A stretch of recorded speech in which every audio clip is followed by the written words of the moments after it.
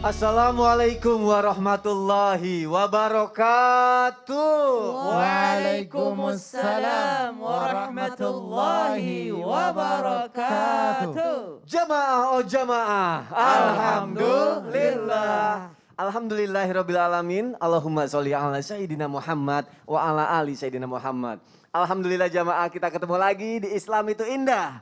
Dan seperti biasa pagi hari ini saya sudah bersama guru-guru kita yang Masya Allah sangat kita cintai jamaah. Kita akan belajar banyak pagi hari ini. Kita akan belajar mengenai, wah ini bahasanya ini untuk orang yang sudah menikah ya. Atau yang sudah berumah tangga. Ini bahasanya karena kenapa ya, agak dewasa gitu. Ngomongin masalah nafkah batin. Penting harus kita bahas ya. Karena banyak banget nafkah batin ya. Requestan tema siapa sih request? Saya juga bingung karena saking pentingnya katanya ini harus dibahas banget. Kayak sebelah kanan aneh deh. Kayaknya pertanyaan Betul. jamaah deh kayaknya. Bib. Tapi ini menjadi kebutuhan penting bagi setiap orang. Penting, harus dibahas. Makanya katanya ada ilmunya jamaah. Katakan soalnya seharusnya bisa menjadi pahala ya bagi pasangan gitu yang melakukan nafkah batin. Tapi kenyataannya nafkah batin ada juga yang diabaikan. Udah deh, biar gak jadi konflik, kita bahas pagi hari ini. Tema kita adalah nafkah batin kepada istri harus penuh cinta. Masya Allah, kita melakukan segala sesuatu kan memang harus penuh cinta ya.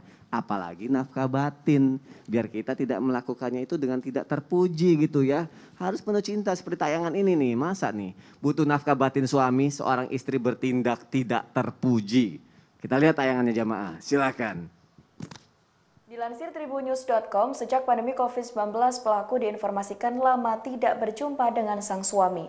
Diinformasikan sang suami lebih memilih untuk tinggal bersama istri pertama yang berada di Lombok.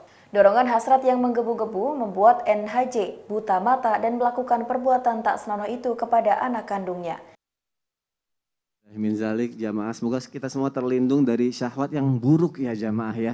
Memang kita harus adil sama istri kita dalam hal apapun, istri juga harus dihormatin.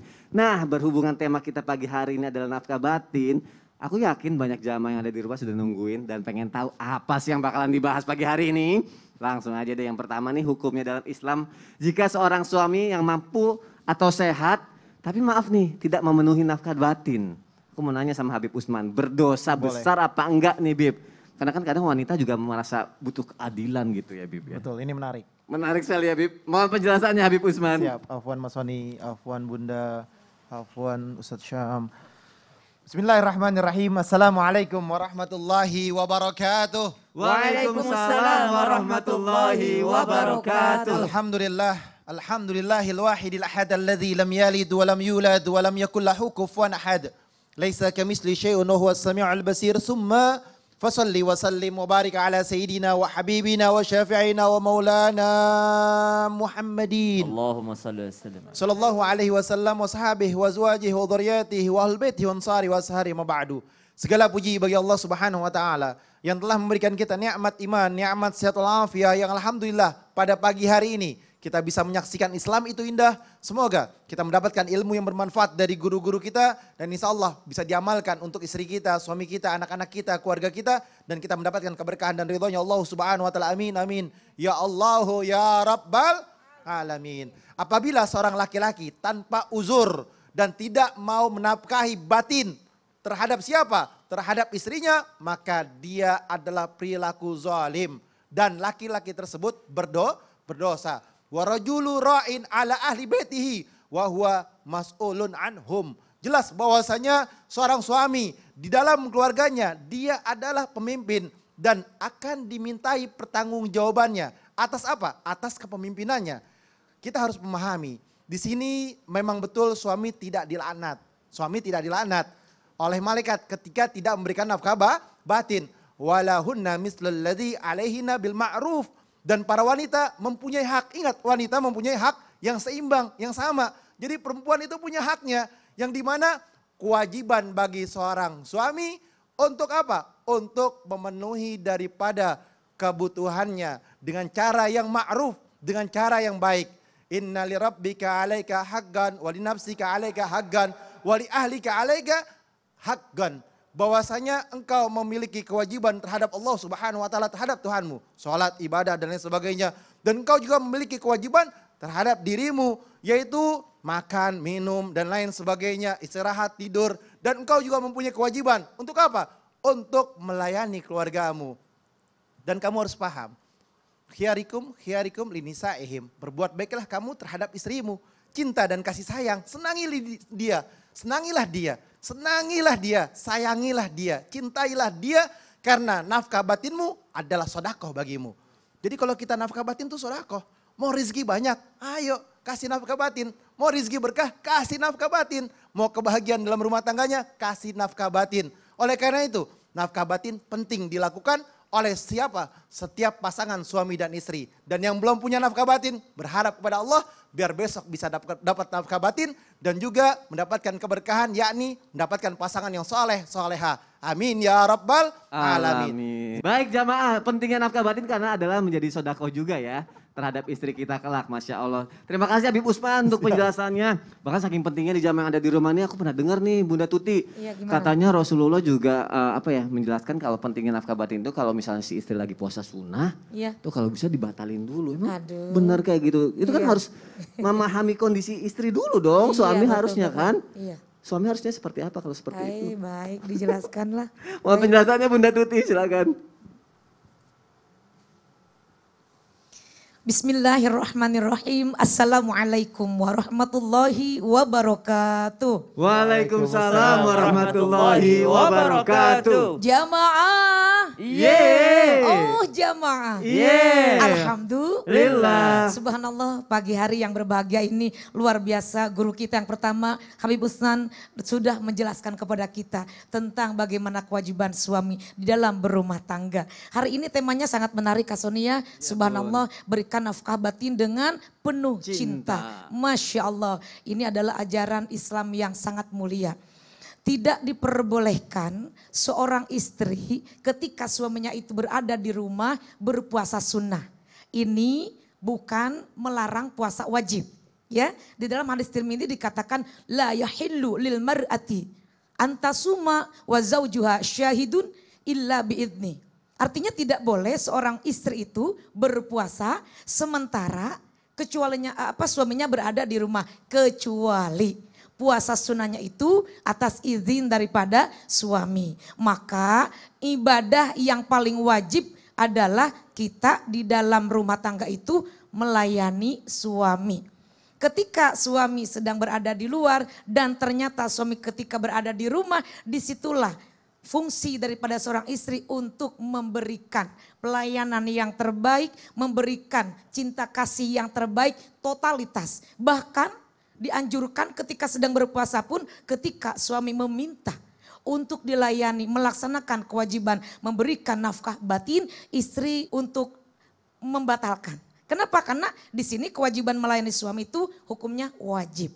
Dan bukan kita tidak boleh berpuasa, tapi kan kalau puasa sunnah ada di hari-hari berikutnya. Nah, kalau keinginan suami saat itu kepada istri meminta, nah inilah istri harus tahu bagaimana hak dan kewajiban daripada melayani suami di saat yang tepat. Tapi, nah di sini ada tapi Kak Soni. Nah, tapinya Ketika apa tuh? suami meminta kepada istri, suami juga harus ada tenggang rasa atau kepekaan melihat situasi dan kondisi yang dialami oleh seorang istri. Bukan sekonyong-konyong, semata-mata kamu berkewajiban, harus melaksanakan kewajiban. Tapi kalau sedang sakit, kan moodnya jadi hilang. Ketika sedang lelah, ketika sedang capek, kan beda. Perasaan wanita itu ketika melayani suami itu ingin membahagiakan. Namun kalau dalam kondisinya lelah, capek, kemudian apalagi dalam keadaan haid, haram hukumnya. Tidak boleh. Maka disinilah suami harus memahami juga keadaan istri. Kalau istri sedang sibuk, nah kita kan bisa dengan lihat situasinya. Kalau sedang senggang nih, sudah selesai bekerja atau nyapu atau semuanya mempersiapkan kebutuhan rumah tangganya. Ada waktu nih yang terbaik, bisa itu suami. Dengan bahasa komunikasi. Komunikasi itu penting di dalam rumah tangga. Jadi istri juga harus peka apa yang diinginkan oleh suami supaya keharmonisan terjalin. Iya Kak Sony begitu. Berarti kalau lagi istri puasa sunnah, Iya. terus suami meminta, berarti Iya. yang wajibnya dulu dilakukan yaitu Betul. memenuhi kewajiban suaminya itu Iya, dulu ya. karena hadis tersebut hadis yang diriwayatkan Imam At-Tirmidzi Iya. bukan hukum daripada melarang puasa wajib Oke. ketika sedang puasa sunnah. Oh, Masya Allah, tapi suaminya juga harus memperhatikan kondisi istrinya Nah, dulu. Itu yang harus benar. digarisbawahi. Terima kasih Bunda Tuti untuk penjelasannya. Seperti yang Bunda Tuti bilang, harus ada komunikasi yang baik jamaah yang ada di rumah. Karena kan biasanya kalau misalnya kita sebelum tidur ngobrol dulu sama istri, itu bisa membangkitkan romantisme dalam keluarga dan rumah tangga juga loh. Apalagi kalau misalnya sebelum memberikan nafkah batin. Nah, aku pengen tahu juga nih Ustadz Syam. Siap. Emang sunnah ya kalau misalnya kita komunikasi dulu, banyak ngobrol dulu sebelum tidur. Terus ya pahalanya besar ya kalau misalnya mau sebelum memberikan nafkah batin kayak apa pillow talk dulu kayak gitu. Apa tuh? Pillow talk kayak obrolan bantal ngobrol pillow dulu talk. gitu. Siap. Aku mohon penjelasannya Ustadz Syam. Baik, bismillahirrahmanirrahim. Tabaik guruku Habib Utsman, Bunda Tafadhol, Tuti, Insya Mas Soni serta guru-guru kami melakukan Allah Subhanahu wa taala. Dari sahabat Abdullah ibni Abbas radhiyallahu anhu ardhah, beliau meriwayatkan bahwa suatu ketika saya sedang berada di rumah tante saya atau bibi saya, yakni Siti Maimunah radhiyallahu taala anha wa ardhaha.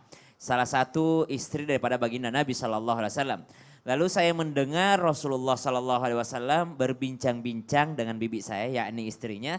Beberapa saat kemudian lalu mereka berdua tertidur. Hadis riwayat Muslim dan riwayat Bukhari. Maka subhanallah, salah satu sunnah daripada baginda Nabi sallallahu alaihi wasallam sebelum menjelang tidur yakni berbincang. Jadi ketika seseorang datang kepada istrinya pulang dalam keadaan selesai bekerja, maka subhanallah jangan sampai kebahagiaan-kebahagiaan itu direnggut oleh handphone. Maka banyak sekarang halangan kita yakni pulang ke rumah satu ranjang, satu kamar tapi tertawa dengan topik yang berbeda. Sang suami tertawa dengan grup WhatsApp-nya sendiri, sang istri pun tertawa dengan grup gibahnya sendiri, sang anak menangis memanggil ayahnya, memanggil ibunya, dikasih handphone tertawa sendiri. Subhanallah. Jadi masing-masing anak, istri, suami, mereka semua tertawa. Tapi tertawanya bukan dalam bidang yang sama, dalam hal yang sama, dalam topik yang sama, tapi ternyata tertawa dengan topik yang berbeda-beda dari grup WhatsApp masing-masing. Maka subhanallah, ini bukan yang diajarkan oleh baginda Nabi SAW. Baginda Nabi SAW yang diriwayatkan tadi bahwasanya Rasulullah SAW itu berbicara kepada istrinya. Pulang bertanya bagaimana anak-anak, bagaimana kehidupan di rumah. Karena subhanallah ada sesuatu yang harus dikeluarkan oleh istri yakni 20.000 kata per harinya. Di mana dia akan berbicara kalau tidak ada yang mendengarkan. Padahal dalam Al-Quran banyak sekali contoh-contoh ayat bagaimana komunikasi itu. Ba'dan aqul a'udzubillahi minasyaitonirrajim. Ya ayyuhalladzina amanu ittaqullaha wa qulu qawlan sadida. يصلح لكم أعمالكم ويغفر لكم ذنوبكم.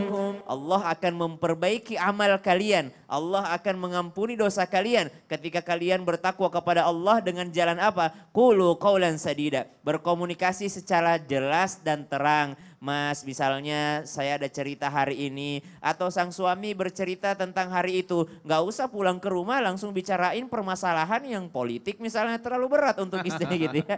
Terlalu berat. Dan yang kedua, berbicara tentang apa? Jangan sampai berbicara yang merusak mood. Kenapa merusak mood? Karena ternyata diri ini, jiwa ini, raga ini yang memerintahkan adalah hati.